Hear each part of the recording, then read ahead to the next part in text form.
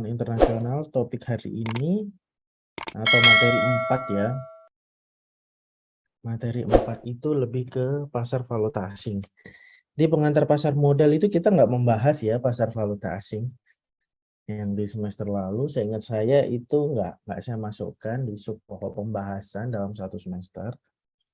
Nah, tapi di manajemen keuangan internasional, saya coba masukkan pasar valuta asing yang dimana mungkin dapat gambaran ya kenapa sih kok banyak perusahaan-perusahaan atau spekulan-spekulan yang berbadan usaha ya, contoh seperti perusahaan-perusahaan dalang berjangka ya, dia kan masuk kategori yang saya boleh asumsikan mereka bagian-bagian dari spekulan ya yang bergerak di bidang perdagangan valuta asing. Nah, apakah mereka itu hanya mengira-ngira saja? Enggak. Mereka juga membaca pasar sehingga mereka juga mencari partner untuk mau berinvestasi di bidang valuta asing ini.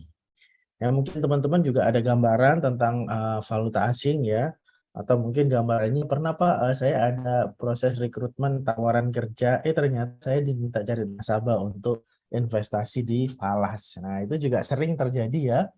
Kantornya itu di Trillium Office atau mungkin di Prancis, itu banyak kantor-kantornya yang mereka bergerak di bidang itu ya. Tapi saya nggak membahas tentang kegiatan usahanya, tapi lebih ke pasar valuta asing ini ya. Kenapa pasar valuta asing ini penting kita pelajari bersama agar supaya kita itu punya gambaran ya, punya gambaran valuta asing ini baiknya disikapi itu seperti apa ya. Nanti selama kira-kira 1 jam ke depan kita coba pelajari bersama, cari tahu, mungkin teman-teman boleh sharing ya, nggak masalah. Oke, sebelum saya masuk ke pembahasan pasar valuta asing, teman-teman, mungkin ada yang mau disampaikan, boleh silakan ya. Atau mau sharing-sharing terlebih dahulu, boleh, nggak apa-apa. Hari ini mata kuliahnya cuma 1 atau setelah ini ada? Setelah jam Ya, saya Pak. ada oh, ada jam Sebelum ini ketiga. ada. Sebelum ini ada. Oh, Aku sebelum ini masih ada. WhatsApp tadi sama Bu Mary.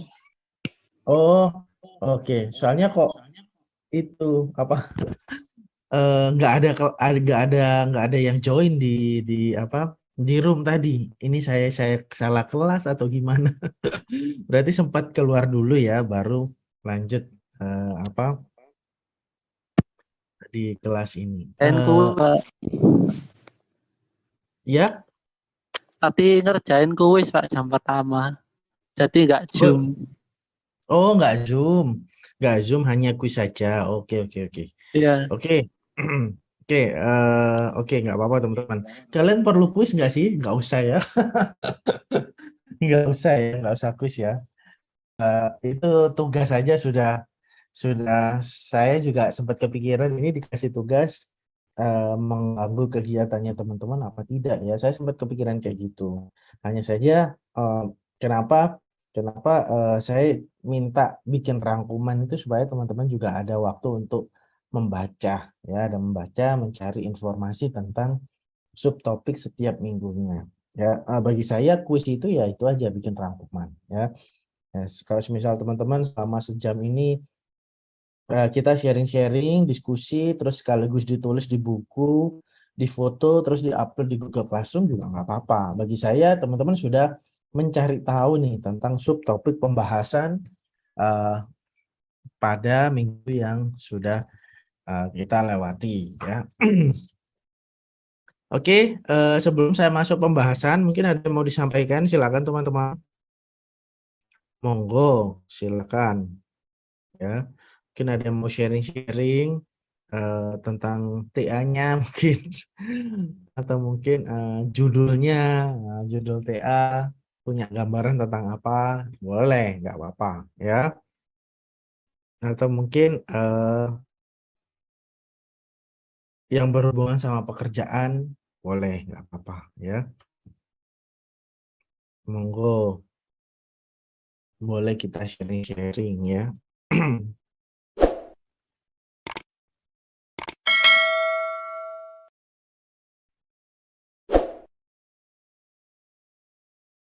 Ada nggak yang terjun di bidang falas? Mungkin teman-teman. Ya, falas ini lebih ke nilai tukar ya.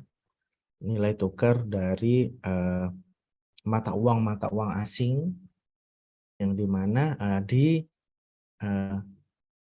perjualbelikan ibaratnya seperti itu. Tapi sebenarnya ya apa ya istilahnya, kalau saya ngambil kesimpulan ini hanya sekedar tukar menukar. Hanya saja dari tukar menukar nilai mata uang beberapa negara ini ada selisih. Nah, selisihnya ini selisih untung atau selisih rugi.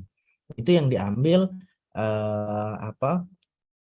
Diambil oleh beberapa orang untuk bermain di dalamnya. Mungkin seolah-olah seperti investasi. Padahal bagi saya ini bukan investasi ya, karena bisa dibilang resikonya tinggi sekali menurut saya. Karena nilai mata uang itu bisa anjlok sekali karena kondisi kondisi eksternal maupun internal itu bisa terjadi kapan saja. Ya, beda seperti investasi, instrumen investasi yang saham atau obligasi itu kan bisa dipelajari. Itu bisa dihitung secara kalkulasi ya, menggunakan rasio-rasio yang ada ataupun mengikuti perkembangan informasi yang ada. Tapi kalau valuta asing ini memang benar-benar kalau lagi untung ya untungnya lumayan ya, secara persentase ya nggak bisa diprediksi juga. Nah, dan setiap orang pun juga akan mengalami pengalaman yang berbeda, nggak selalu sama, tapi bisa berbeda. Nah, oke, kalau nggak ada pertanyaan atau mungkin nggak ada yang mau di-sharingkan, saya coba masuk pelan-pelan ya pembahasan tentang pasar valuta asing ini ya. Oke, beda seperti pasar modal yang ada jam-jam tertentu yang mungkin memiliki value yang berbeda. Nah, kalau di pasar valuta asing ini beroperasinya ini ya setiap hari dan setiap jam. Tidak ada istirahatnya, bisa dibilang seperti itu. Hampir hampir setiap waktu itu pasarnya membutuhkan ya, pasarnya membutuhkan dan kondisinya pun juga eh, nggak bisa diprediksi ya. Makanya kalau kalau teman-teman suka sesuatu yang resikonya tinggi dengan return yang tinggi, saya rasa bermain di pasar valuta asing ini bisa dicoba ya. Sorry. Bisa dicoba ya. Hanya saja ya itu tadi, kalau kita sebagai investor yang moderat atau mungkin yang low risk, saran saya jangan ya. Nah, nah di pasar valuta asing ini pada intinya berhubungan dengan bisnis internasional. Nah, kalau zaman-zaman dulu perdagangan internasional, bisnis internasional kan hanya barter ya teman-teman ya, hanya barter dan tidak ada yang mengaturnya. Nah, zaman semakin modern, revolusi industri semakin berkembang. Nah, ada yang mengaturnya. Ada yang mengaturnya itu siapa ya? Permintaan dan penawaran. Itulah yang mengatur. Nah, bukan hanya sekedar mata uang, tapi barangnya. Ya, barang yang mungkin di Indonesia nggak bisa memproduksi, tapi di negara lain bisa memproduksi. Indonesia butuh nih barang tersebut. Kan ada perpindahan barang dari negara satu negara yang lain. Nah, ini perpindahan barang ini kan ada distribusi nilai mata uang juga. Nah, yang dipakai mana nih? Mata uang saya sebagai pembeli atau penjual atau mata uang yang disepakati secara internasional. Ya. Nah, ini yang disebut pasar valuta asing. Ya, jadi daya beli dari satu mata uang ke mata uang yang lain atau konversi dari nilai mata uang tersebut ke mata uang yang lain. Karena ada apa? Karena ada distribusi atau perpindahan barang dari negara satu ke negara dua. Kan nggak mungkin barter ya. Kalau sekarang kan sudah nggak ada barter. Tapi ya melalui penerbitan atau mengkonversi nilai mata uang tersebut.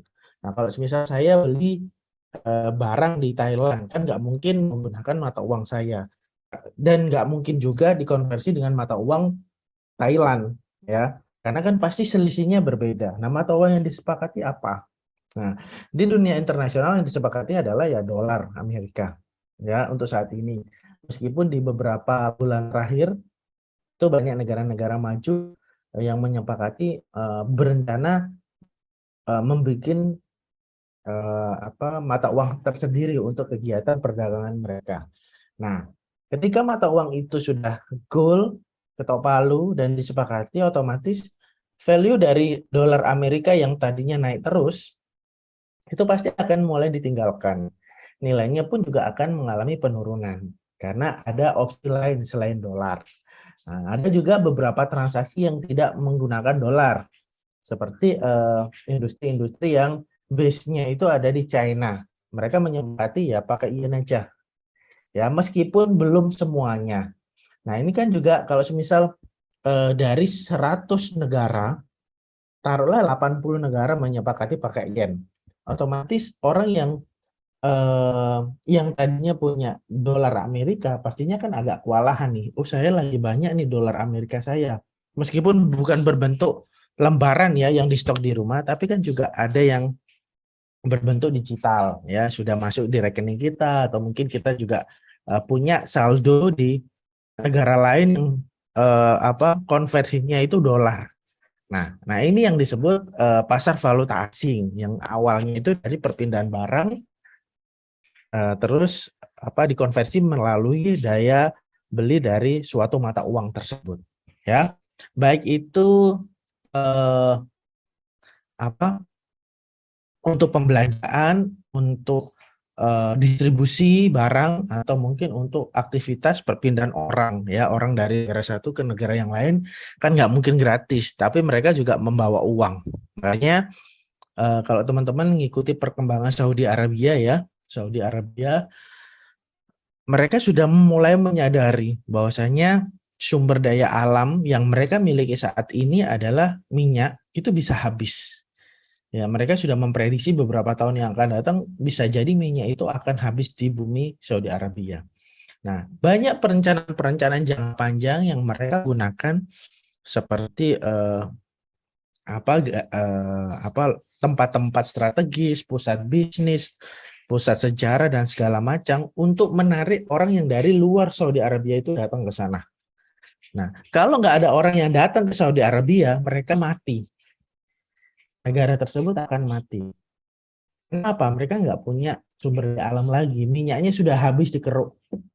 Mereka akan mati. Nah, sama halnya yang mungkin terjadi di Indonesia. Ketika sumber daya alamnya sudah habis, ya kita nggak punya ide apapun untuk menarik orang lain datang ke Indonesia atau investasi, ya kita akan jadi negara yang benar-benar tertinggal. Nah, itu yang membuat beda antara negara-negara lainnya yang berpikiran bahwasanya sumber daya alam itu bisa aja habis. Yang nggak habis itu adalah apa? Ya, pola pikir, teknologi, kepintaran itu akan berkembang terus. Nah, itu yang diambil oleh pemerintah Saudi Arabia, meskipun dengan tanda kutip ya, wah itu kan kiblatnya Islam, tapi kok merayakan Halloween, tapi kok ya lebih ke timur, ke barat-baratan. Nah, itu kan budaya yang mungkin mengalami akulturasi, atau mungkin bisa jadi menarik pihak asing untuk datang ke negara tersebut, bahwasanya negara tersebut aman. Dan kita tahu di Saudi Arabia itu kan bukan hanya satu negara saja, tapi kan banyak negara di dalamnya. Ya sama seperti Uni Eropa. Di dalamnya kan ada negara-negara kecil. Nah, itu pun nggak semuanya yang melegalkan ibaratnya gaya hidup orang barat yang ada di sana. Nah, ya ini informasi semakin kita gaungkan, otomatis kan banyak orang yang ingin datang ke Saudi Arabia. Ya, otomatis mereka datang ke sana kan nggak mungkin gratis. Pasti mengeluarkan uang untuk makan, transportasi, untuk hidup. Ya, secara tidak langsung kan uangnya kita yang kita kerjanya di Indonesia, kita buangnya ke Saudi Arabia. Nah, kenapa kok nggak dibuang di Indonesia aja semuanya? Ya, padahal pemerintah kita lagi galak-galakin agar orang-orang kaya yang uangnya ada di luar negeri dibawa ke Indonesia agar bisa diputar di Indonesia untuk meningkatkan perekonomian. Tapi orang-orang tertentu mereka menyadari saya kan juga butuh liburan, butuh bepergian.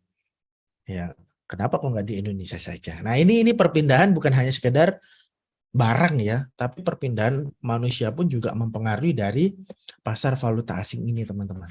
Ya, kok Pak Danang ngomongnya kayak gitu, nggak suka ya tinggal di luar negeri atau liburan? Enggak kok, bukan konteks seperti itu ya, bukan. Tapi kan ini eh, analisis yang kita bisa ambil dari kenapa kita belajar pasar valuta asing ya.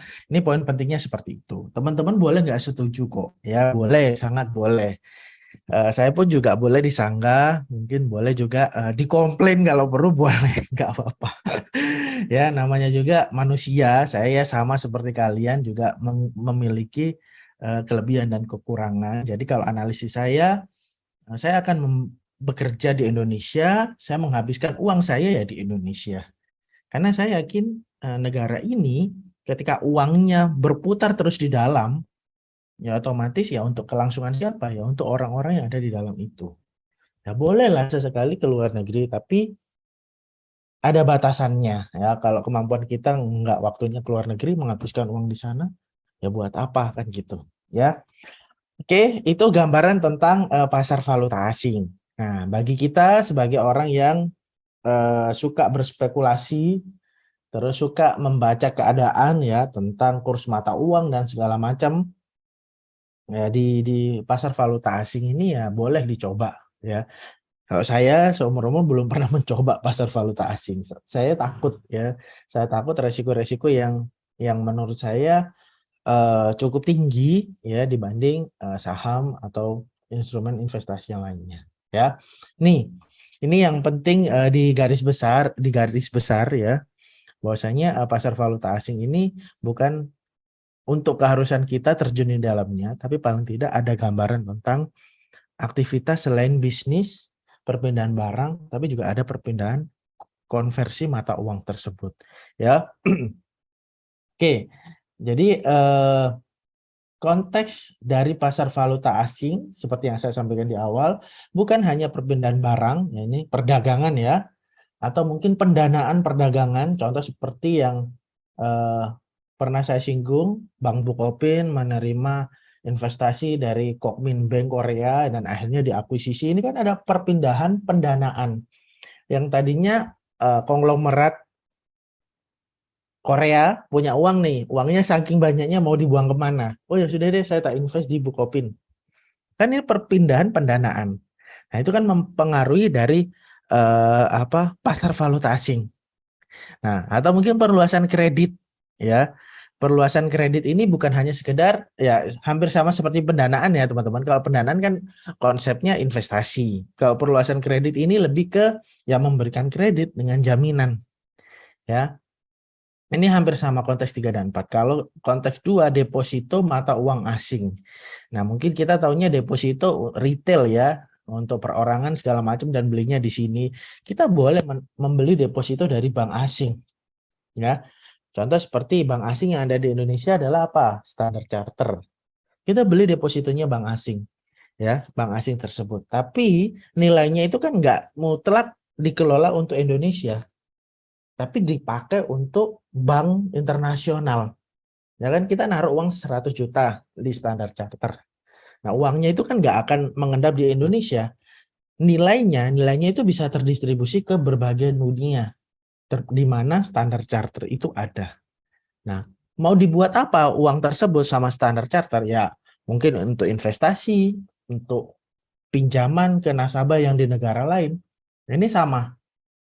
Kontraknya pun juga sama ya. Kalau konversi ini seperti penjelasan saya yang di awal tadi ya, dari kalau kita sebagai spekulan atau orang yang suka mengambil risiko tinggi agar returnnya tinggi ya kita bisa ngambil di sini. Ya, dari selisihnya, selisih lebih atau selisih untung atau selisih rugi ya. dari konversi nilai mata uang. Apakah selalu mutlak US dollar, Pak? Bukan, ya. Yang pasti nilainya itu lebih tinggi dari nilai asli kurs mata uang yang di negara tersebut. Contoh, kita makainya saat ini yang paling ramai ya di dolar. Kenapa kok nggak euro? Euro kan juga tinggi nilainya. Boleh, itu kan tergantung kita sebagai personal mau bermain di valuta asing, terus mata uang mana. Ya itu tergantung kita. Ya, oke. Eh, ada yang mau ditanyakan? Silakan. Silakan teman-teman. Ini menarik sih menurut saya. Meskipun kita nggak harus terjun langsung di dalamnya, tapi gambaran-gambaran seperti yang saya sampaikan di awal itu penting untuk kita pahami ya, untuk kita ya analisis terkait ya kalau beberapa pertemuan-pertemuan sebelumnya mungkin perusahaan kita nggak terdampak nih terhadap kebijakan moneter. Tapi perpindahan barang dari negara A ke negara B itu pasti terdampak konversi valuta asing ini, ya. Kan nggak mungkin barter. Ya, contoh misal bahan baku untuk bikin obat, kita nggak bisa create di Indonesia. Kita datangkan dari mungkin Eropa, ya.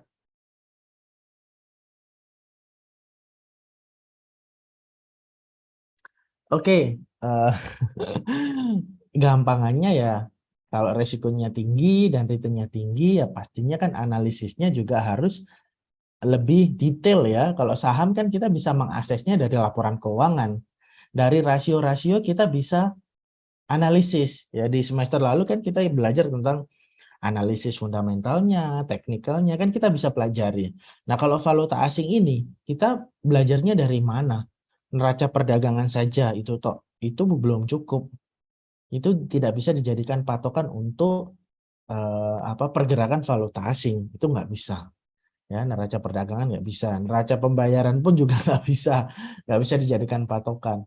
Tapi itu mereka itu yang dijadikan acuan kenapa nilai dari valuta asing ini tinggi terus karena ya banyak yang menggaungkannya, ya menggaungkannya. Yuk kita invest di falas, yuk kita invest di falas atau kita bermain di falas.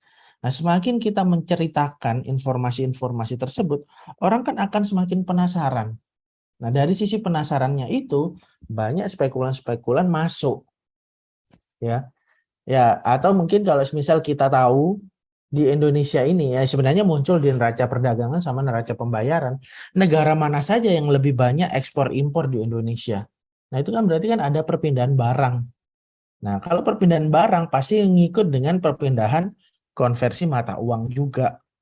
Nah, kalau dari selisih dari konversi uang tersebut itu mungkin kita mau ambil resiko di sana, ya saya yakin returnnya juga tinggi. Nah, kalau saham kan kita ngikut dari rasio-rasio, dari pembagian dividen-dividen sebelumnya, itu perbedaannya kan tipis sekali, ya. Dari historis-historis sebelumnya kan perbedaannya tipis sekali. Makanya menurut saya saham itu ya paling aman, ya, dibanding valuta asing.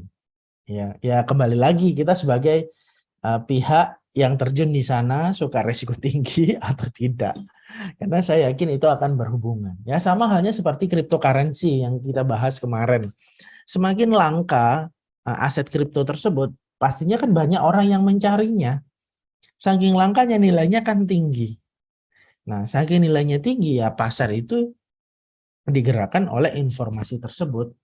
Nah, entah itu menggunakan robot lah mainnya, entah itu menggunakan manual dan segala macam. Ya, perantara yang harus kita tahu bahwasanya itu bisa dipercaya atau tidak. Nah, kalau saham kan kita tahu barangnya ada di toko kelontong itu semuanya barang ada. Kita tahu bahwasanya selama barang itu ada di toko, ya mereka pasti akan produksi terus. Mereka pasti butuh tambahan modal. Meskipun modalnya sudah kuat, mereka ingin pengembangan ya tambah modal lagi. Ya ini gambarannya tentang return dan resiko antara saham dan falas. Ya, tapi kalau mau coba mana dulu saham atau falas dulu, saran saya langsung saham aja ya. Kalau falas pesan saya sih jangan. Ya cukup dimengerti saja. informasi-informasi yang saya sharingkan tadi, ya. Oke. Yang lainnya mungkin ada yang mau ditanyakan, monggo silakan. Mungkin ada yang sudah terjun di falas terus uangnya habis. Mau curhat boleh. Karena memang sebelum muncul era cryptocurrency, falas ini yaitu tadi ya, orang yang bisa kaya banget, terus bisa langsung terpuruk banget ya, karena itu tadi resikonya tinggi sekali. Sekalinya dapat return ya tinggi juga ya.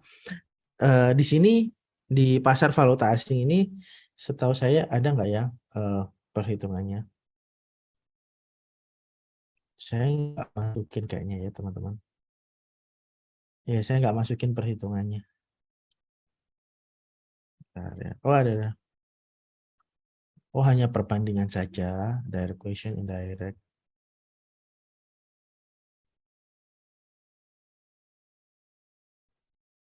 Ya mencari tahu selisihnya saja spot market.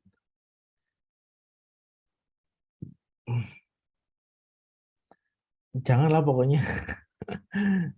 Cukup dipelajari saja informasinya ya. Pesan saya jangan terjun di dalamnya.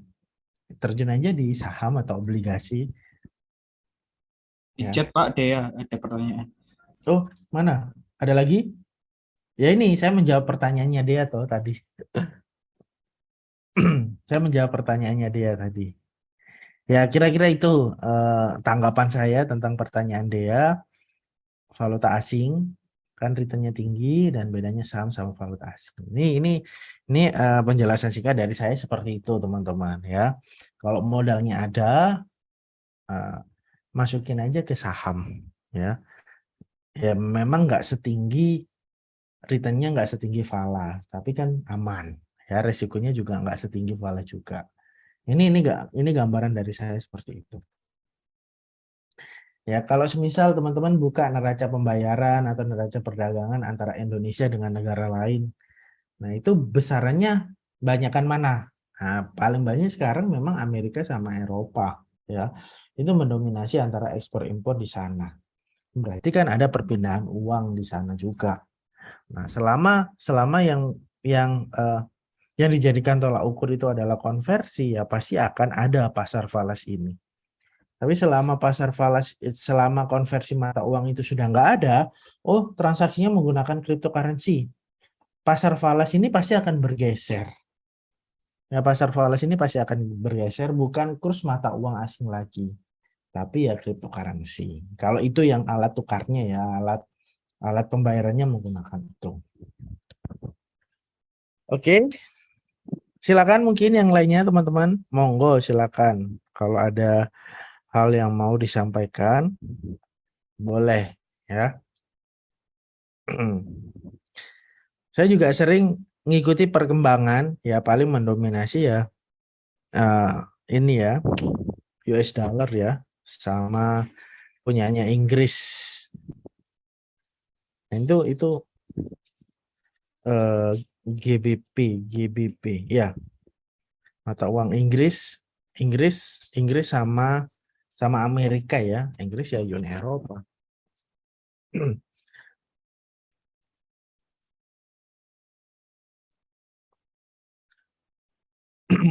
Oke, saya coba lanjut ya.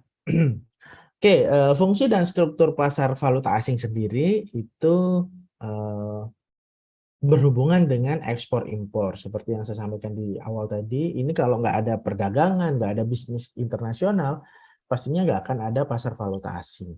Ya, sama halnya seperti kemarin 2 tahun berturut-turut itu kita nggak ada perpindahan barang. Beda seperti tahun-tahun sebelumnya, benar-benar cut stop. Ya, kita hidup di circle-nya kita, yaitu di Indonesia aja. Ini nggak ada barang yang dipindah dari dalam negeri ke luar negeri ke dalam negeri.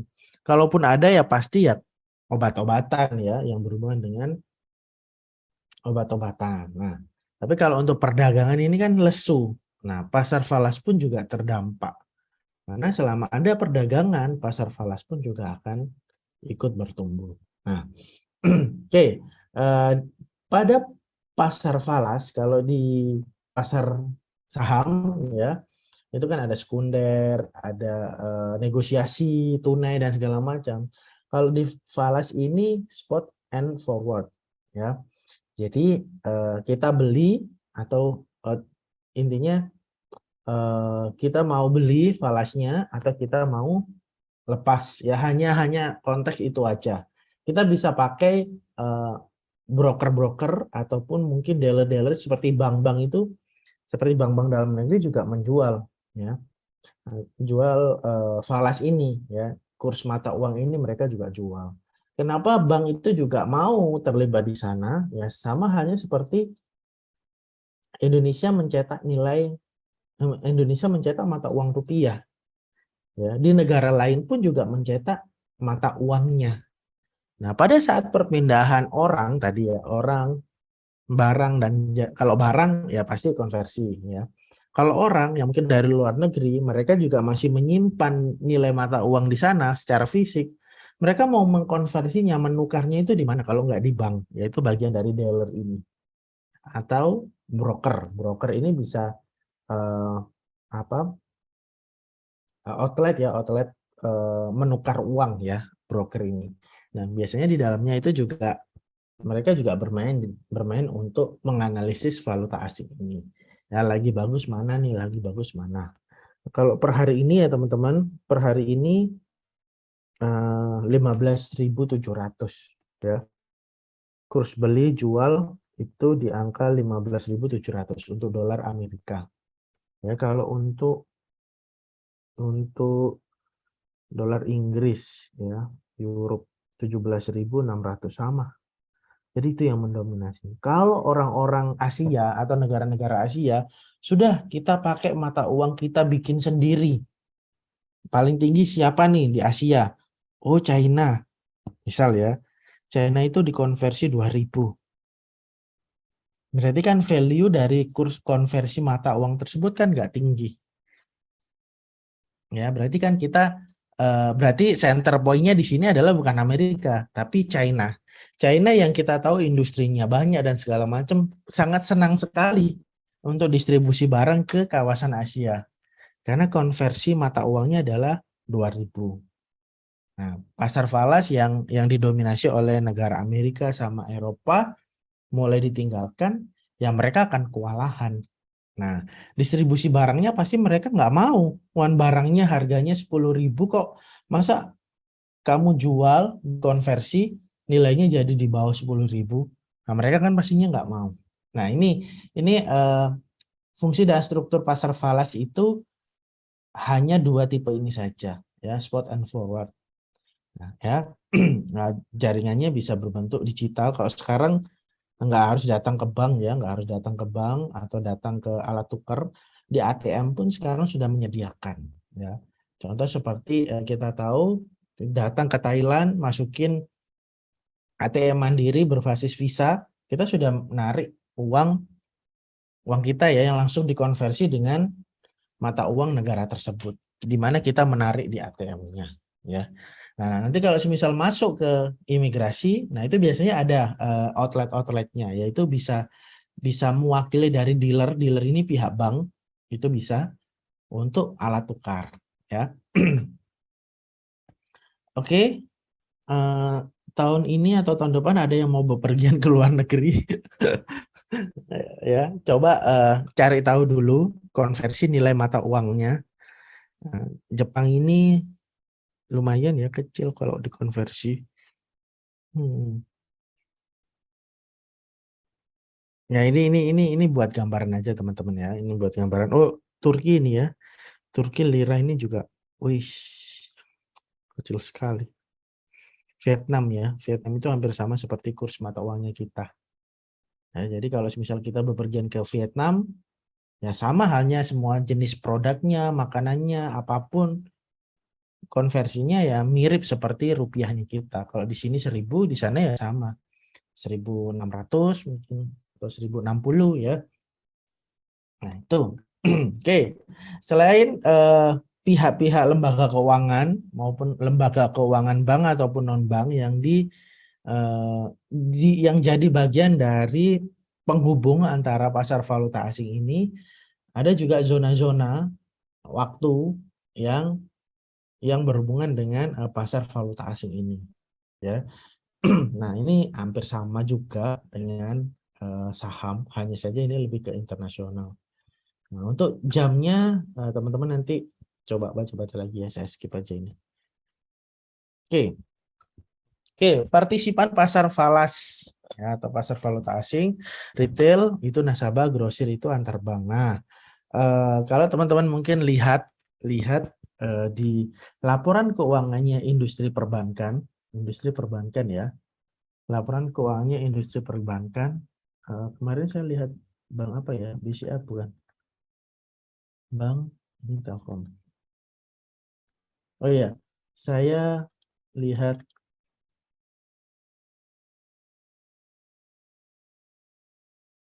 Nah, saya lihat laporan keuangannya.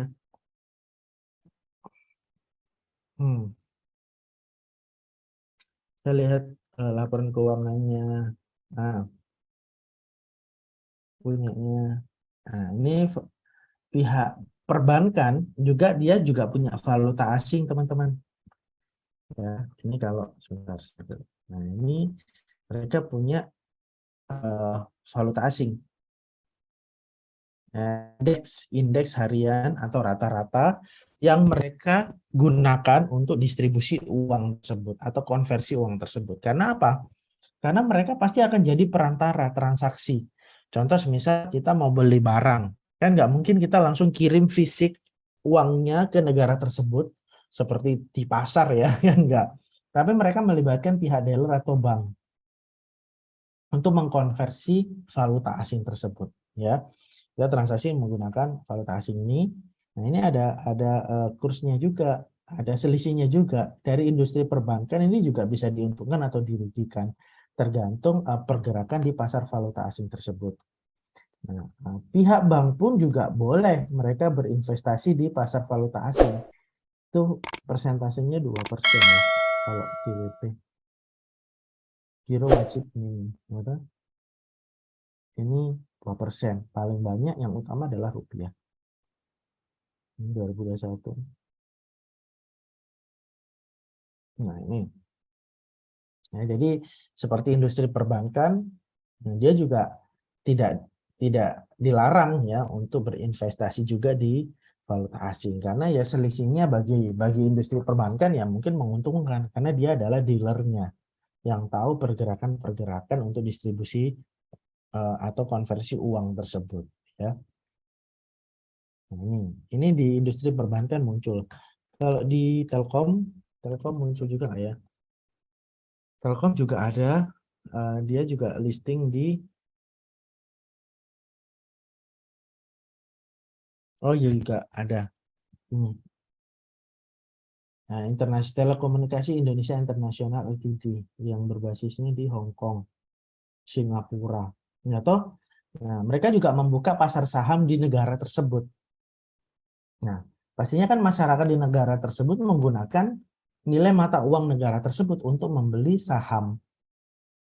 Nah, kan hak kepemilikannya kan nggak ada di negara tersebut, tetap ada di Indonesia. Ya, nilai uangnya itu yang dikonversi ke Indonesia, digunakan untuk pengembangan telekomunikasi ini sebagai perusahaan atau emiten yang membutuhkan modal dari investor tersebut. Nah, ini ada transaksi valuta asing. Tapi setahu saya kayaknya ini nggak masuk ya di laporan keuangan. Aset-aset. Oh ya. Oh, enggak, ini dalam valuta asing. Sama sih.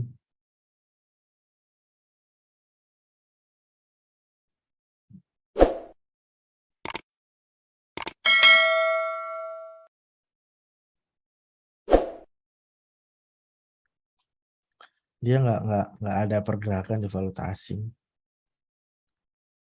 Hanya dikonversi ke valuta asing saja ya. Kalau tadi kan kita bisa lihat kalau dikonversi ke dolar berarti nominalnya ini. Kalau ke yen berarti nilai nominalnya ini atau mata uang lainnya. Kalau di perusahaan selain selain perbankan mereka itu jarang ya untuk terjun di pasar valuta asing, pasti melewati perbankan. Karena perbankan yang punya kewenangan ya di bawah naungan Bank Indonesia ya untuk Kementerian Keuangan. Oke, itu. Oke. Nah, tapi kalau di perusahaan swasta mereka harusnya ikut di pasar retail. Tapi di sini nggak ada. Mungkin nanti kalau misal teman-teman baca-baca dari laporan keuangan perusahaan lain selain Telkom, mungkin ada. Oh, ini juga ada sih daya beli.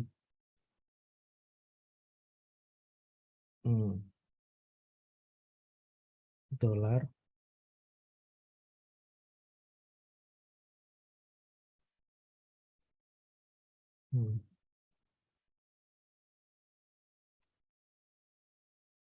Euro, TWD, Jepang, Malaysia. Oh, Malaysia juga ada. Malaysia. Lumayan ya, 3.000 selisihnya dengan Indonesia. Oh, Hong Kong malah murah. Oke, tuh gambarannya tuh. Retail sama grosir. Oke, kalau retail itu untuk pasar-pasar bank-bank lokal. Kalau broker itu setahu saya teman-teman, broker itu di bawah naungan bank-bank lokal. Ya, karena mereka nggak mungkin menyimpannya di rumah, ya pasti mereka juga harus membawanya ke bank-bank lokal, ya ke bank-bank lokal itu ya bank-bank dalam negeri kategori retail. Oke, right partisipasi ini nanti teman-teman sambil dibaca.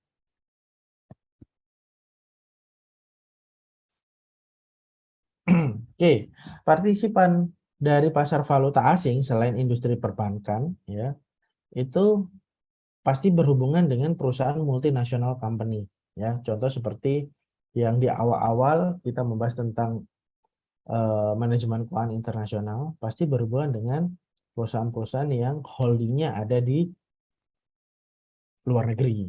Ya, di Indonesia ini sebagai cabangnya. Banyak kan ya, bukan hanya Ajinomoto, Miwon, tapi juga banyak brand-brand yang pusatnya itu di luar negeri, tapi di Indonesia ini sebagai cabang.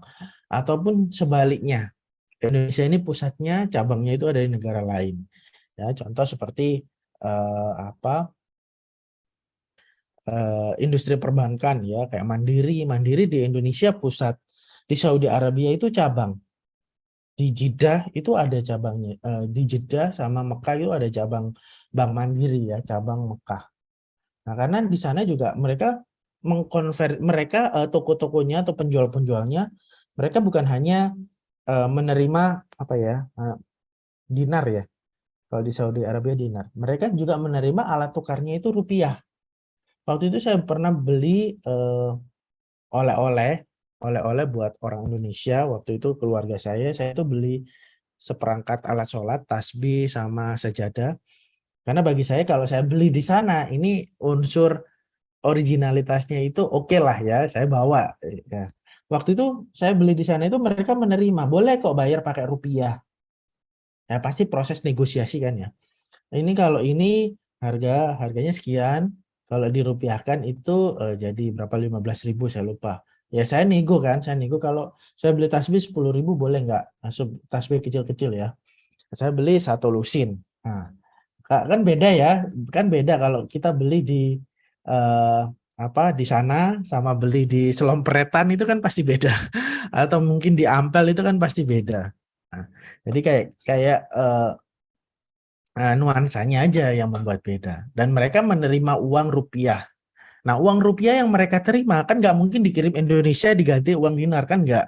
Nah, mereka menukarnya itu ya di bank ada di sana, bank entah itu Bank Mandiri atau bank Arab yang bekerja sama intinya ya, menerima alat tukar atau mengkonversi dari rupiah ke mata uang dinar tersebut. Nah, waktu itu ini pengalaman saya seperti itu ya. Nah, ini partisipasinya nggak jauh-jauh dari bank internasional.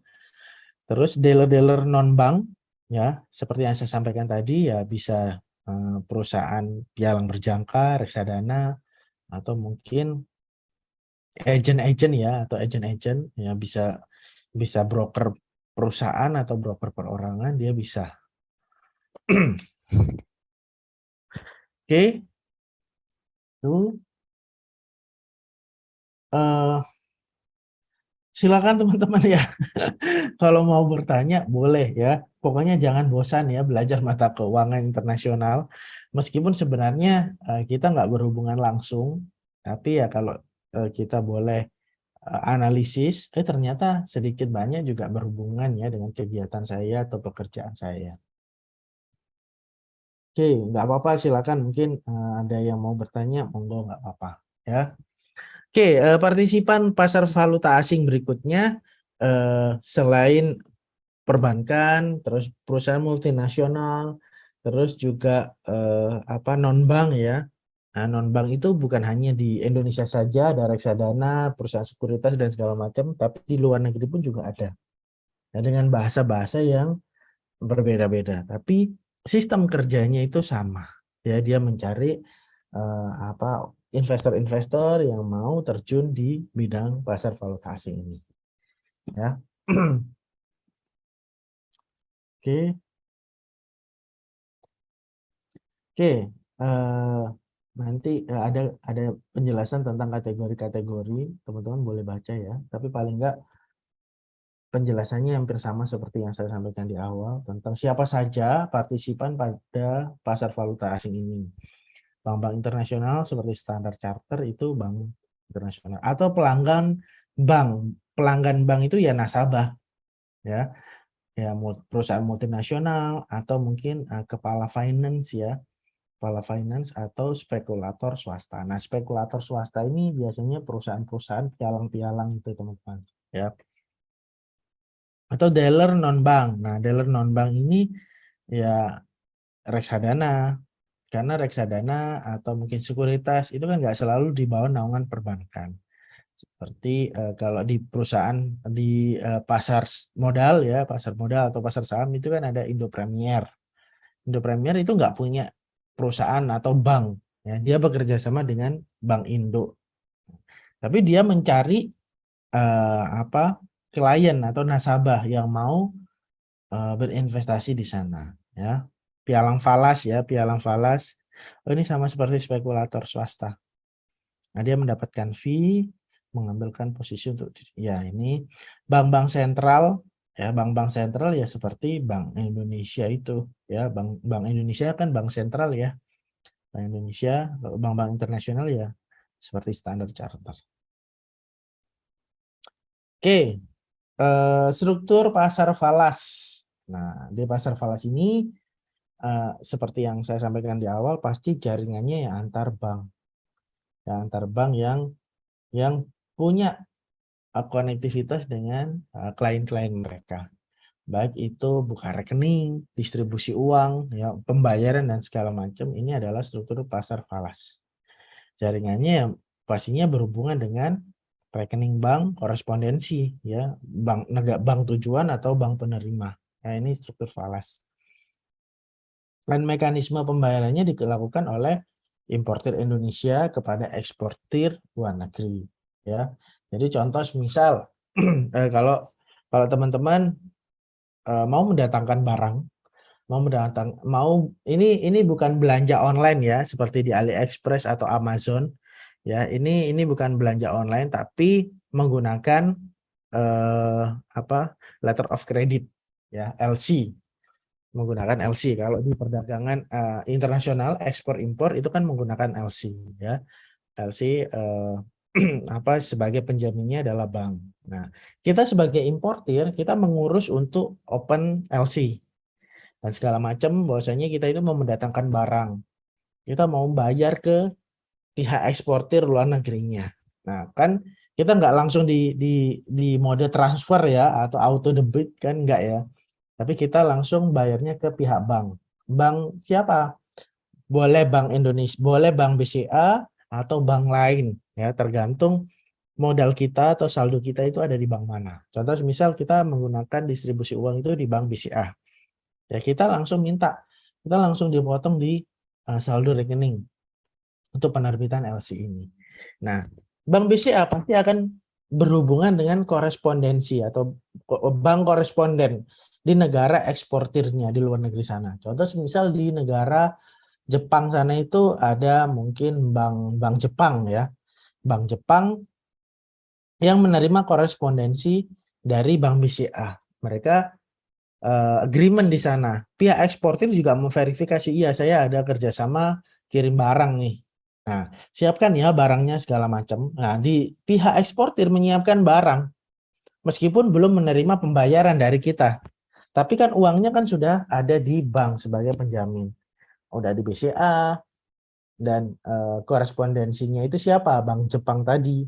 Nah, ketika barang tersebut sudah nyampe di Indonesia, Bank BCA ini juga memverifikasi. Oh iya, barangnya sudah sesuai dengan layak dan segala macam. Kita sebagai importir juga memverifikasi bahwasanya barang ini sudah diterima. Nah, pihak BCA melakukan pendebitan. Bahwasanya, oh iya, ya pasar falas ini ya, barangnya sudah oke segala macam, saya konversi ya uangnya senilai 100 juta ini karena barangnya sudah utuh dan nggak ada cacatnya. Nah, bank yang ada di Jepang sana, mereka langsung menerima pembayaran dari BCA, ya, langsung cair ke rekeningnya eksportir ini. Nah, itu proses mekanisme dari struktur pasar falas, ya, terkait impor maupun ekspor. Begitupun sebaliknya.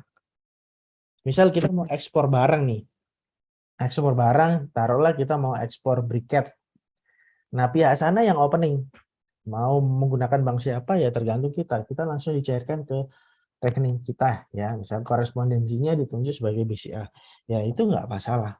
Ya ini struktur pasar falas ini pasti berhubungan dengan pihak bank. Tidak mungkin tidak. Ya, meskipun kita transaksi di Amazon menggunakan kredit card, ya itu prosesnya sama seperti ini teman-teman. Sama seperti kita transaksi di Tokopedia menggunakan kredit card. Ya, itu sama. Ya. Hanya saja ini di pasar valuta asing ada konversi ya. Kalau di dalam negeri kan sama-sama rupiah, transaksi di Tokopedia ya nggak ada ya.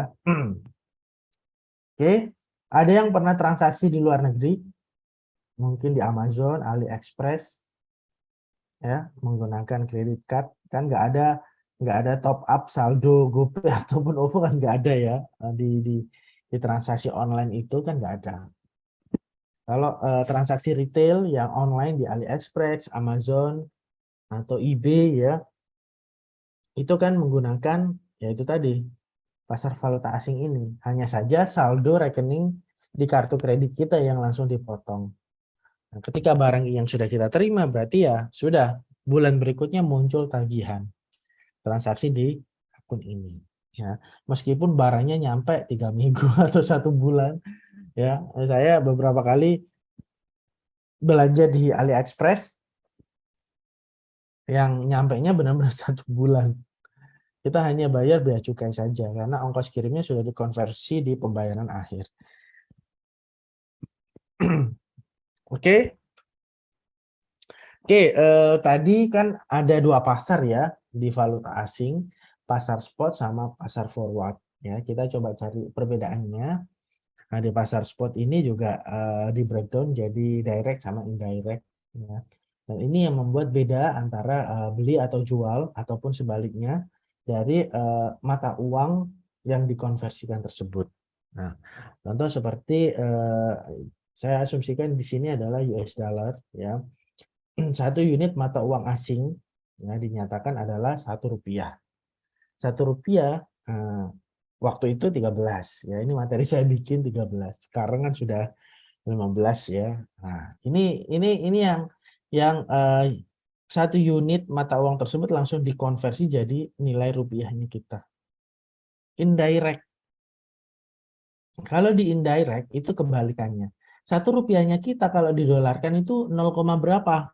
Atau 15.000 kalau didolarkan itu jadinya berapa? Ini indirect. Ya, ini pasar spot yang digunakan pada pasar valuta asing. konversinya itu menggunakan direct quotation atau indirect quotation. Nah, ini tergantung kita mau beli atau jual. Nah, kalau misal teman-teman pernah coba, nah ini ya pasti kita pakai direct atau indirect di pasar spot tersebut ya, ketika kita punya valuta asing atau falas ya. Oke, di pasar spot, nah di pasar spot ini juga ada sistem penawaran ya, ada penawaran atau offering ya, nah, penawaran dan permintaan dari nilai falas tersebut. Nah, makanya kalau misalnya kita masuk di bank Indonesia, bank yang ada, bank swasta yang ada di Indonesia ya, bank BUMN atau swasta, itu kan biasanya di tembok itu kan ada US dollar, harga hari ini jual berapa, beli berapa, atau mungkin di bawahnya mata uang Jepang segala macam jual berapa. Nah, itu setiap hari itu akan berganti teman-teman ya, bahkan mungkin bisa satu hari itu bisa berganti-ganti juga. Nah, saking pergerakannya itu memang benar-benar nggak bisa diprediksi ya. Mungkin sekarang kita belinya 15.760, besok pas kita jual bisa jadi ada selisih rugi atau selisih untung ya. Itu kurs valuta asing, selisih rugi atau selisih untung kan nggak mungkin hanya $1, pastinya kan kita juga mau mengambil keuntungan atau selisih untung ruginya itu kan lebih banyak. Nah, makanya berarti kita harus menyiapkan modalnya juga lumayan. Nah, itu yang terjadi di pasar valuta asing ya. Rumusnya ya kira-kira sama ya, selisih harga penawaran dikurangi permintaan sama dengan harga permintaan dikurangi harga penawaran. Nih ya, ini kurs pada pasar spot. Oke. Teman-teman kalau ada pertanyaan boleh ya. Kalian sudah ngantuk ya. Pak, Ya, apa sih yang mempengaruhi pergerakan dari uang tersebut, Pak? Kan tadi setiap dolar itu kan pasti tiap hari kan kadang turun, kadang naik. Nah, itu yang memicu pergerakan dolar naik turun itu apa ya, Pak? ya ini permintaan dan penawaran. Permintaan penawaran yang memicu. Semakin banyak permintaan, tapi nilai tersebut sangat langka, ya pasti yang ditawarkan juga nilainya akan tinggi. Siapa yang membuat itu? Nah, ini asumsi ya, ini asumsi teman-teman. Kalau dari apa yang saya pelajari, selama ada perdagangan internasional antara Amerika dengan Indonesia, porsinya itu tinggi, pasti kurs mata uangnya juga akan mengalami peningkatan terus. Nah, makanya apakah kita bisa nggak sih nggak tergantung dengan Amerika? Ya harusnya kita bisa. Kita bisa kok. Ya selama kita itu kerjasamanya baik. Misalnya ya. Kita tergantung nih dengan Amerika. Mungkin bukan hanya sekedar minyak, tapi juga gas dan segala macam. Kita tergantung karena kita nggak bisa memproduksi. Kita kita ekspor dulu ke luar negeri, ke Amerika, sama Amerika diproses terus dikembalikan lagi ke Indonesia. Kita yang mengkonsumsi itu. Nah, itu kan ada ketergantungan jadinya. Ya, dari ketergantungan itu ada pergerakan. Ini kalau dari pasar valuta asing ya yang berhubungan dengan kurs mata uang. Beda cerita kalau di saham. Ya. Ya, beda cerita kalau saham. Ya sebenarnya ada kemiripan juga, tapi kan alat-alatnya kan berbeda ya, alatnya berbeda, terus analisisnya dan rasionya pun berbeda. Nah, kalau saham ya industrinya yang butuh barang dari luar negeri terus kita produksi dan kita konsumsi atau kita gunakan. Nah, kalau valuta asing ini ya karena porsi ekspor impornya itu paling banyak di sana, Eropa dan Amerika. Makanya kurs mata uangnya di sana meningkat terus. Ya, dari itu yang kita bisa analisis. Kenapa kok kita nggak pelan-pelan, nggak perlu tergantung dengan Eropa sama Amerika. Nah, dari sisi Indonesianya, kan kita juga pelan-pelan. Kalau langsung menarik diri, mana tahu ternyata di Asia ini di bawahnya Amerika. Kalau kita langsung dimonopoli perdagangan kita, jangan transaksi ya dengan Indonesia. Kita mau buang kemana barang-barang yang ada di Indonesia? Ya, pergerakannya itu ya dari porsi transaksi yang ada di negara tersebut. Itu poin pertama. Poin kedua yaitu tadi, bukan hanya perpindahan barang, tapi perpindahan orang juga. Ya, kalau teman-teman pernah masuk di data Kementerian Luar Negeri, orang Indonesia itu banyak loh yang berbondong-bondong untuk menetap di Amerika. Itu banyak. Bukan karena untuk mencari kehidupan yang lebih baik. Karena mereka juga tahu bahwasanya value dari kurs mata uang tersebut di sana itu setiap harinya meningkat. Berarti secara langsung mereka yang tinggal di sana dibayarnya pun juga akan tinggi. Meskipun barang-barang yang ada di sana juga tinggi. Kan akan mengikuti. Nah, kalau misal orang atau negara-negara se-Asia aja pelan-pelan nggak tergantung sama Amerika. Nilai dari nilai mata uangnya Amerika pasti akan menurun. Tuh. Nah, kalau dari gambaran secara umum ya, kenapa kok pergerakan kurs mata uangnya itu meningkat terus? Ini kalau dari perkembangan yang teman-teman mungkin atau saya sendiri juga bisa analisis ya. Nggak perlu menghitung menggunakan analisis fundamental, teknikal, rasio, dan segala macam, nggak perlu. Tapi dari gambaran secara umum, secara garis besar itu bisa dipelajari sedemikian. Ya, jadi bukan berarti anti Amerika, enggak. Ya, ada porsinya kenapa kita nggak perlu tergantung sekali. Dan kita tahu semua brand-brand yang ada di dalam negeri ini, raw materialnya juga banyak kok yang dari Amerika. Lisensinya, atau franchise-nya lah. Ya, atau mungkin teman-teman pernah tahu Subway. Orang mungkin mengiranya Subway itu dari Korea. Padahal itu brand Amerika. Brand Amerika terus masuk di drama Korea. Buka di Indonesia.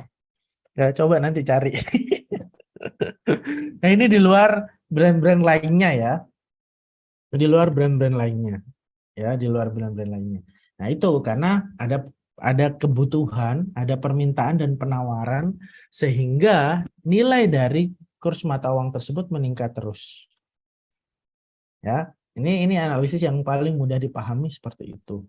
Kalau misal saya nggak butuh dolar, saya nggak butuh nilainya dolar, saya nggak perlu menyimpan dolar. Saya mungkin akan menyimpan nilai mata uang rupiah.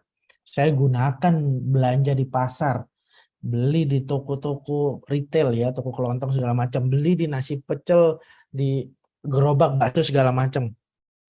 Ya, hampir semuanya air Indonesia itu semuanya seperti itu.